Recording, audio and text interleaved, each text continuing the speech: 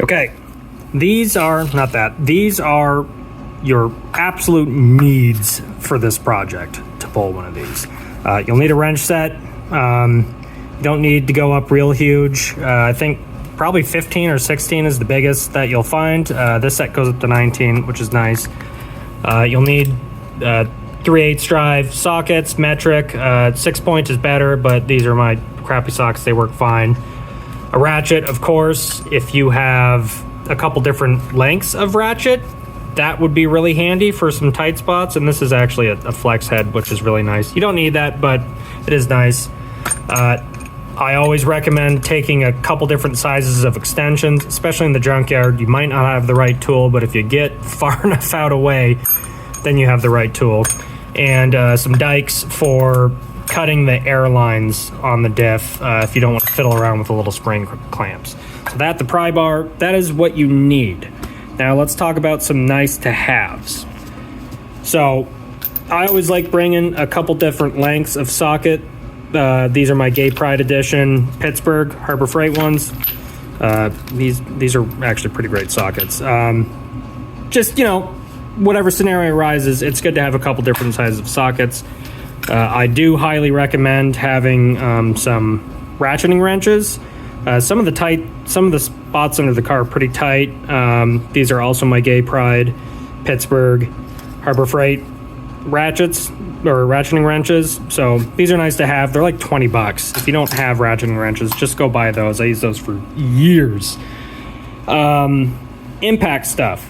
So the one thing that you'll need larger size sockets for would be getting the wheel off so you can access the mounts on the passenger side there. You technically don't need the impact. I mean, the car should have the tire iron in there, and you can take the tire iron off, or you can take the tire off with the included tire iron, but, this is easier. So if you have shorts and longs sockets, I'd take those.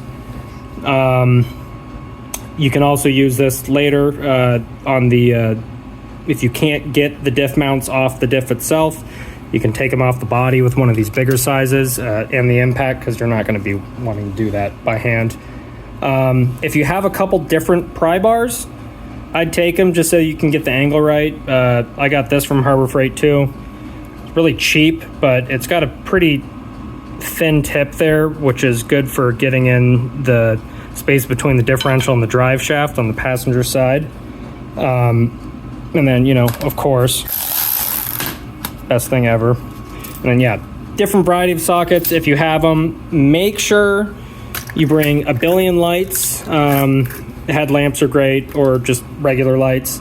And if you're going to be at the junkyard, maybe if you're cool and you have a yoga mat, maybe bring that, or go find a car where it doesn't have too gross of a floor mat or carpet or something and throw it on the ground, because you're going to be laying on the ground for a while.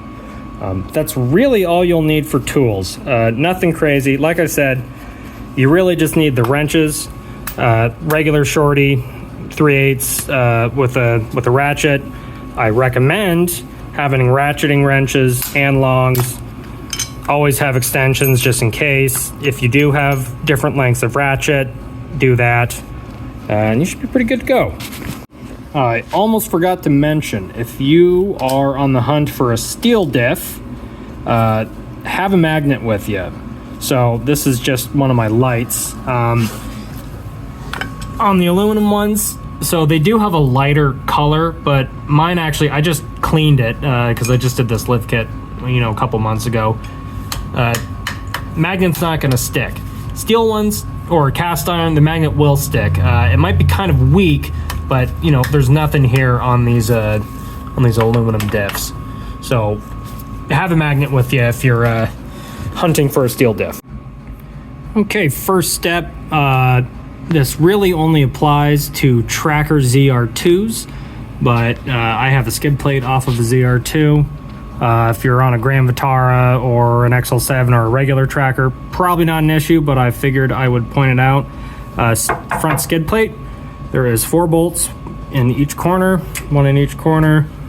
I don't have the factory sizes on here anymore, pardon the shake, but probably a 12, 13, something like that. But again, you're only going to find these on a Tracker ZR2. There might be some underbody shielding, like plastic stuff on an XL7 or a Grand Vitara. Most likely just 10mm nuts, but if you're in the junkyard, just, you know, cut it and rip it.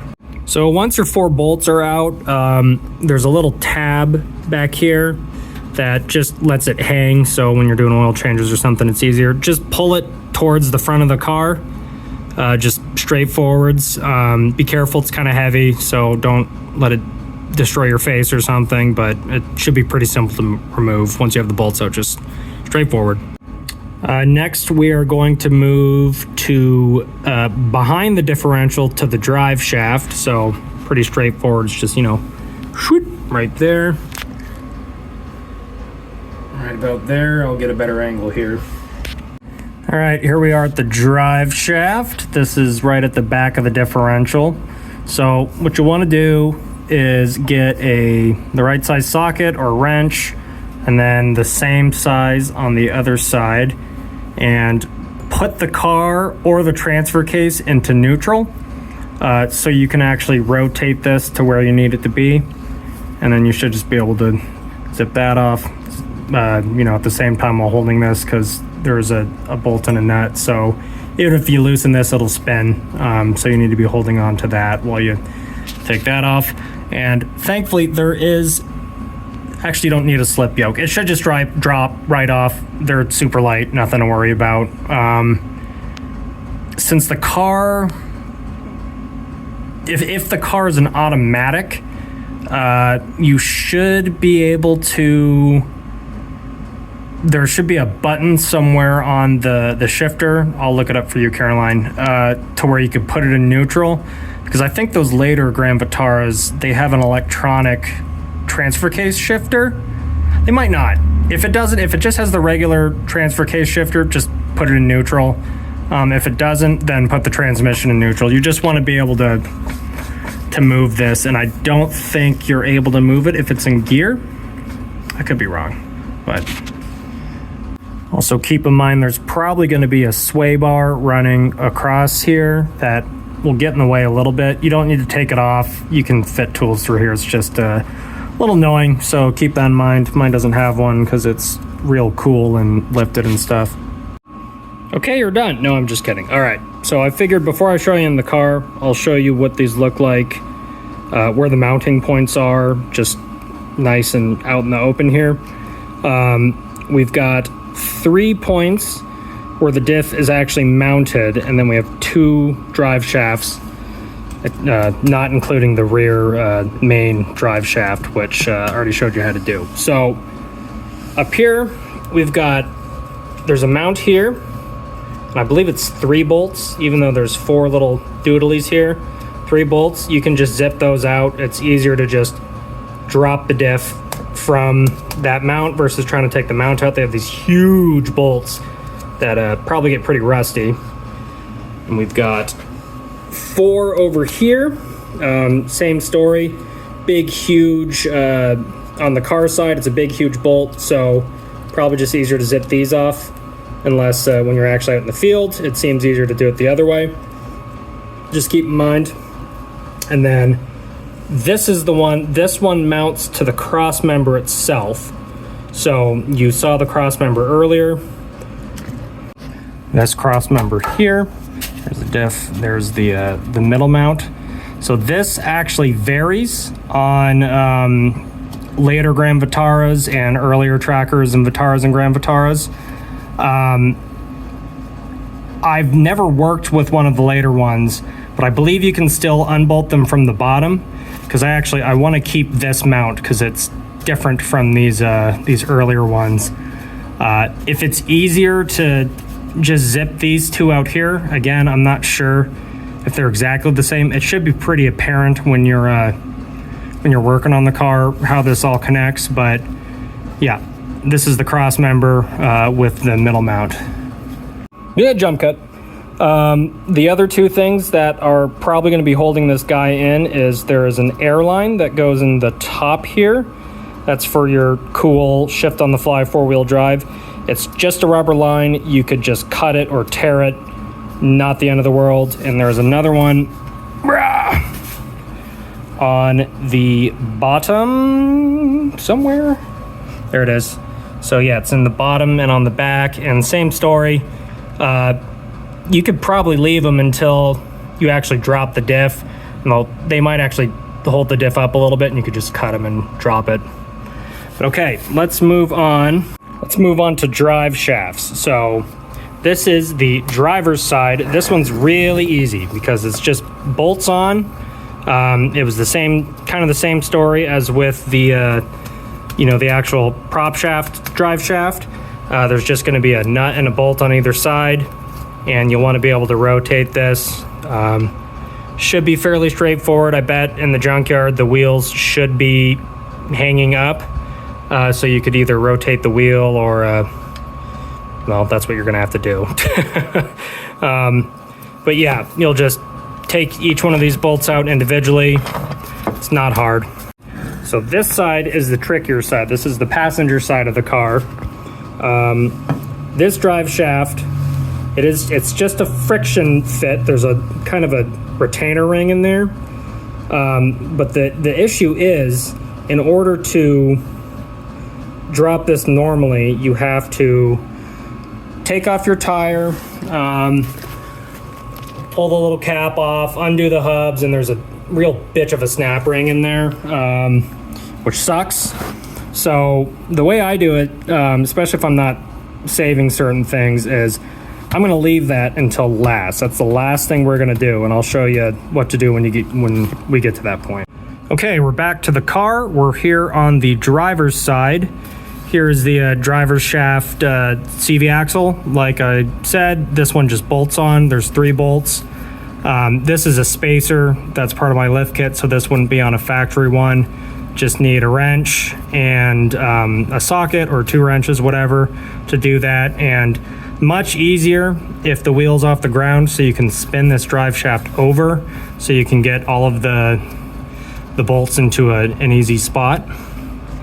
This is the driver's side mount. Factory one isn't cool and red like this one, but same principle. 3 bolts.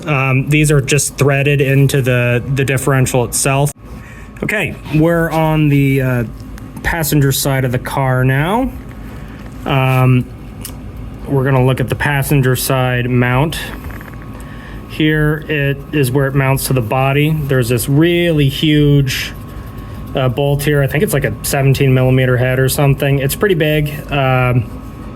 It's way easier to get at either this big bolt or the 4 little bolts, which is kind of what I recommend going for above this drive shaft here. I'm sorry, it's hard to show. I kind of recommend, if the wheel's not already off at the junkyard, pull the wheel off. You'll get a clear line of sight to the diff mounts either way. So for my purposes, I don't need the mount itself. So if you can get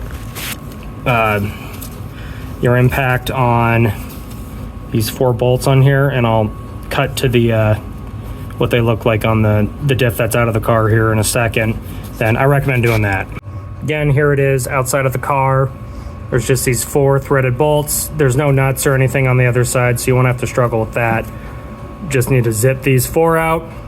Or if it's easier, like I said, there's just one, but it's a really huge one, and you'll have to pry it out to drop the diff, and this thing will get in the way. So if you can get this thing out of the way, and it will flex because it's soft mounted to the car, I just take these off because I don't need that mount. And anyone else watching, you can buy new differential mounts because they do wear out.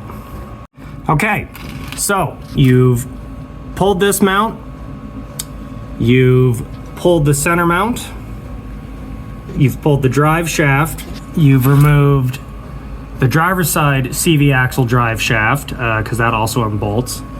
Now the only thing, and maybe you've taken the air hoses off, maybe you're leaving them for now. Like I said, if you don't care about the car, they kind of slow the descent a little bit, which might be kind of advantageous.